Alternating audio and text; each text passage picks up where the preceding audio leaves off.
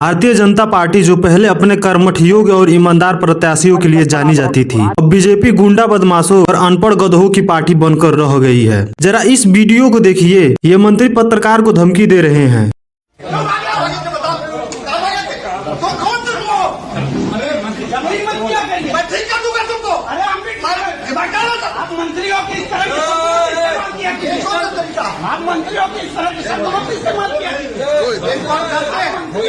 यह जो देश की चौथी स्तंभ मानी जाती है, क्या इस नेता को इतनी अभद्रता से पत्रकार महोदय के साथ पेश आना चाहिए? आखिर इन मूर्खों को जनता प्रतिनिधि के रूप में कैसे चुन लेती है? अब वही थोड़ा नजर अपने यशस्वी प्रधानमंत्री पर भी डाली जाए। कौन सा लोकतंत्र था?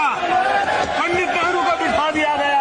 अगर देश के पहले प्रधानमंत्री सरदार वल्लभ भाई पटेल होते तो मेरा कश्मीर का ये हिस्सा आज पाकिस्तान के पास न होता। रुको जरा, मोदी जी को यही नहीं पता कि भारत में पहला चुनाव कब हुआ और सरदार वल्लभ भाई पटेल को प्रधानमंत्री होने की बात कर रहे हैं। 1951 से 1952 के बीच में चुनाव हुआ था और सरदार वल्लभ भाई पटेल की 1950 में आकस्मिक मृत्यु हो गई। मोदी जी के इस बात पर आप लोग दो शब्द कमेंट में जरूर कहिएगा। जरा इस युवक की बातों को सुनिए। देश के प्रधानमंत्री का स्तर तो इतना गिर गया है कि शौचालय के बाहर इनकी तस्वीर लगी है,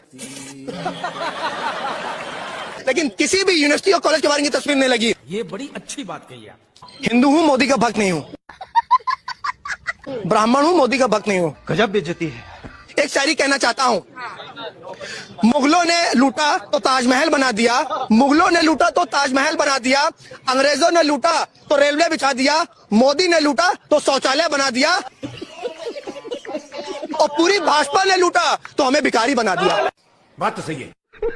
काश इस युवक के जैसे सभी युवाओं की सोच हो जाए तो भारत फिर से सोने की चिड़िया बन जाए। मेरे ओर से सैल्यूट है भाई तुमको। अब जरा इस वीडियो को भी देखिए। By the way, he's from a small country like ours, low population, but he's become a good and decent man and a good friend. Thank you. ये मोदी जी और अमेरिकी राष्ट्रपति जो बाइडन है, जो भारत का अपमान कर रहे हैं कि भारत एक छोटा सा देश है जिसकी जनसंख्या बहुत ज्यादा है, लेकिन मोदी जी इनकी बातों पे हंस रहे हैं और इनको धन्यवाद बोल रहे हैं। अरे मोदी जी, मैं तो कहता हूँ कि राजनीति से सन्यासी ले लीजिए, आपसे नहीं हो पाएगा। मोदी जी के इस भाषण को सुनिए। ये मेडिकल कॉलेज और इंजीनियरिंग में कोई फर्क नहीं कर पा रहे हैं। यहाँ दिल्ली में देश के बड़े बड़े अस्पताल है, DU, JNU, IIT जैसे। क्या बोला तूने? आप जो बोल रहे हो आपके कान में जा रहा है? देश के बड़े बड़े अस्पताल है।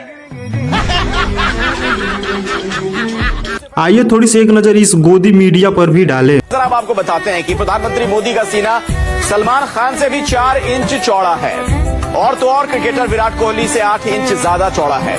ये देखिए, जरा आपके सामने ये जो तुलना है उस पर गौर कीजिए। अब इस न्यूज एंकर को ही देखिए। न्यूज दिखाने के लिए मोदी जी के चेस्ट के साइज के अलावा कुछ नहीं रह गया है इन निकम्मों के पास। वहीं दूसरी तरफ देखे तो ये बीजेपी के नेता कमल रघुवंशी हैं।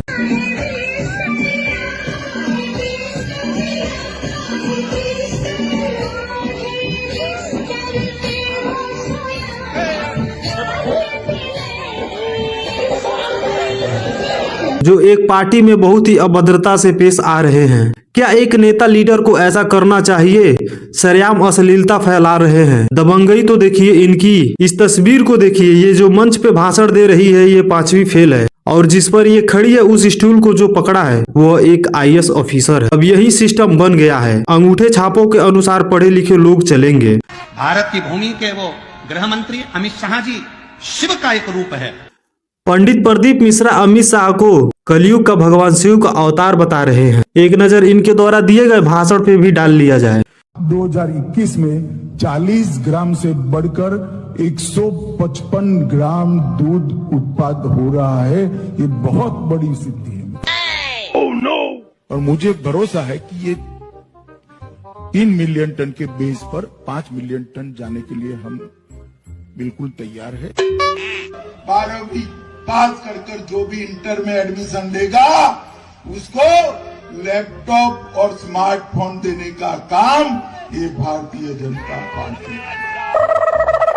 भारतीय जनता पार्टी के 86 लाख कार्यकर्ता अलग अलग स्थान पर एक्टिवली काम करे। 86 लाख कार्यकर्ता 46 लाख विजयी होकर आत्म भारत निर्माण के